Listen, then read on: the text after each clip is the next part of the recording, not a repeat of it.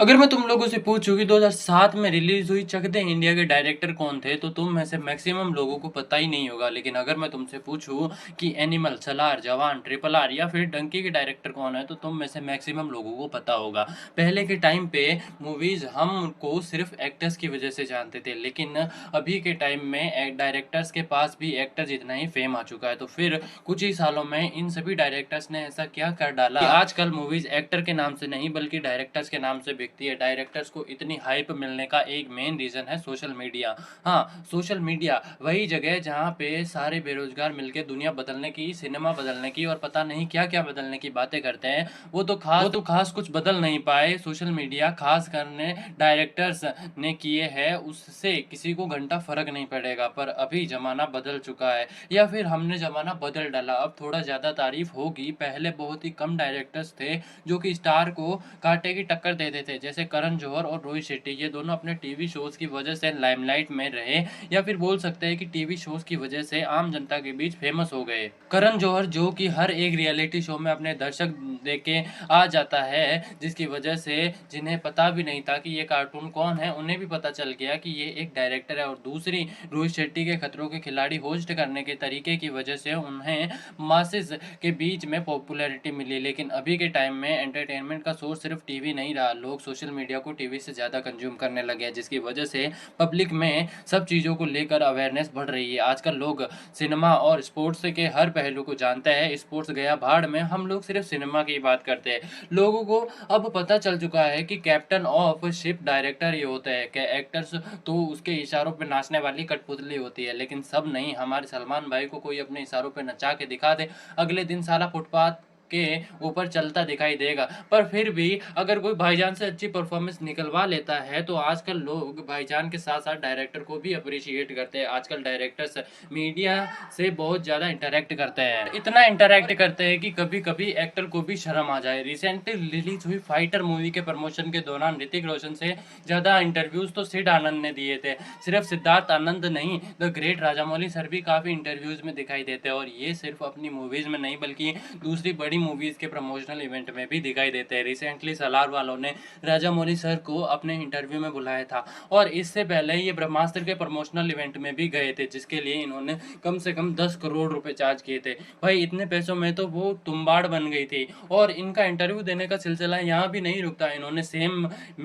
इन्होंने Seth Myers और James Cameron के साथ भी रूम शेयर किए हैं। और ऑस्कर के बाद तो सर अलग ही लेवल का मचा रहे। आजकल तो बड़ी बड़ी कंपनीज भी डायरेक्टर्स से अपना ब्रांड प्रमोशन करवा रही है। डायरेक्टर्स ने सोशल मीडिया की पावर को भी समझ लिया है, और डायरेक्टर्स भी रणवीर भाई के पॉडकास्ट में गए थे। अच्छा, रणवीर भाई ने उनसे फैब का सवाल नहीं पूछा, वरना तो वो उड़ा के दिखा देते।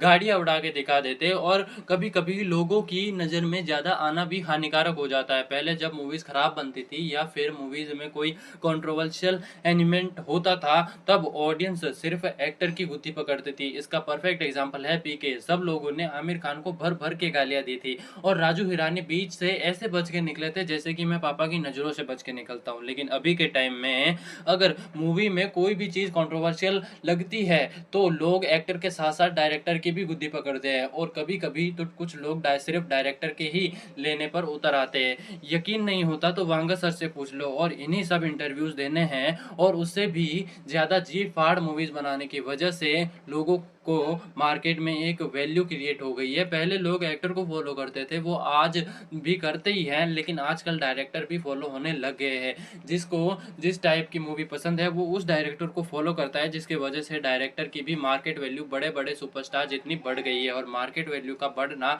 मतलब साक्षात घर में एक्स्ट्रा लक्ष्मी आना। राजामौली सर एक मूवी के लिए 100 करोड़ चार्ज करते हैं, और ऐसा नहीं है कि सिर्फ ये आज के टाइम में हो रहा है। राजकुमार हिरानी जो कि हमारी जनरेशन के स्टार डायरेक्टर है, वो 13-14 साल पहले से ही सोलो इंटरव्यूज दे रहे हैं मूवीज, और उन्हें मार्केट करने के तरीके की वजह से उन्होंने बहुत पहले ही अपनी एक कोर ऑडियंस बना ली थी। आजकल डायरेक्टर्स भी एक्टर की तरह किसी ना किसी रीजन की वजह से न्यूज में रहते ही है, चाहे वो किसी से लफड़ा हो गया या फिर कोई कंट्रोवर्शियल कमेंट। इसका प्राइम एग्जांपल है लोकी यूनिवर्स के डायरेक्टर लोकेश कनागराज। हमारे सर पर वायलेंस प्रमोट करने का आरोप लगा और किसी होशियार ने केस ही ठोक दिया। अगर न्यूज और कंट्रोवर्सी की बात हो रही हो तो उसमें हम बंसाली सर का नाम ऐड ना करें तो कैसे चलेगा। इनकी आने वाली हर मूवी हेडलाइन के टॉप पर होती है। अब वो अच्छे रीजन की वजह से हो या फिर बुरे रीजन की वजह से, फेम तो मिलता ही है ना। और फेम से बढ़ती है मार्केट वैल्यू से डिमांड, और डिमांड से पैसा। इसलिए तो रोहित शेट्टी, हिरानी या फिर राजा मौली साहब एक मूवी के 50 से 100 करोड़ चार्ज करते हैं। मूवी जितनी अच्छी हो उसका प्रमोशनल स्ट्रेटजी उससे ज़्यादा अच्छा होता है। हाँ, मैं उन डायरेक्टर्स की बात नहीं कर रहा हूँ जो कि प्रमोशन या फिर क्रिएटिविटी के नाम पे भाईजान को नंगा कर कर 100 करोड़ पर ले जाते हैं। तगड़ी हाइप क्रिएट करने में अभी के टाइम एक डायरेक्टर सबसे ज़्यादा आगे है। हाँ, मैं उसी की बात कर रहा हूँ जो कि फेमिनिस्ट के लिए एक बुरा सपना है। वांगा सर ने अपना फैन बेस बहुत जल्दी गेन कर लिया। उनकी डेब्यू मूवी अर्जुन रेड्डी 2017 में रिलीज हुई थी और तब से इन्होंने सिर्फ ब्लॉकबस्टर पे ली है।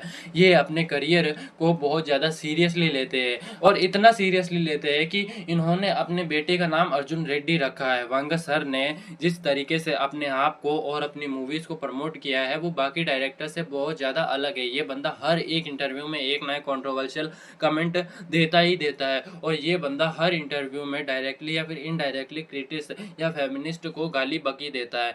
इन्होंने फिल्म फेयर और ऐसी बहुत सारी जगहों में एनिमल पार्क को और ज़्यादा वायलेंट फिल्म बताया। अगर तुम्हें याद हो, एनिमल के टाइम पे इन्होंने एनिमल को कबीर सिंह से भी नेक्स्ट लेवल वायलेंट फिल्म बताकर अपनी हाइप क्रिएट की थी। और वैसे ही रोहित शेट्टी ने कॉप यूनिवर्स बनाकर अपने आप को मार्केट से काफ़ी ज़्यादा अलग कर लिया है। और राजा मौली सर की मूवी के हाइप के लिए तो राजा मौली सर का नाम और मूवी का बजट ही काफ़ी है। उनको नेक्स्ट पिक्चर जो कि महेश बाबू के साथ होगी, बताया जा रहा है कि उस मूवी का बजट 1000 करोड़ हो सकता है। तो ये थी आज की वीडियो कैसी लगी कमेंट में ज़रूर बताना। मैं मिलूंगा किसी और वीडियो में। जय श्री राम।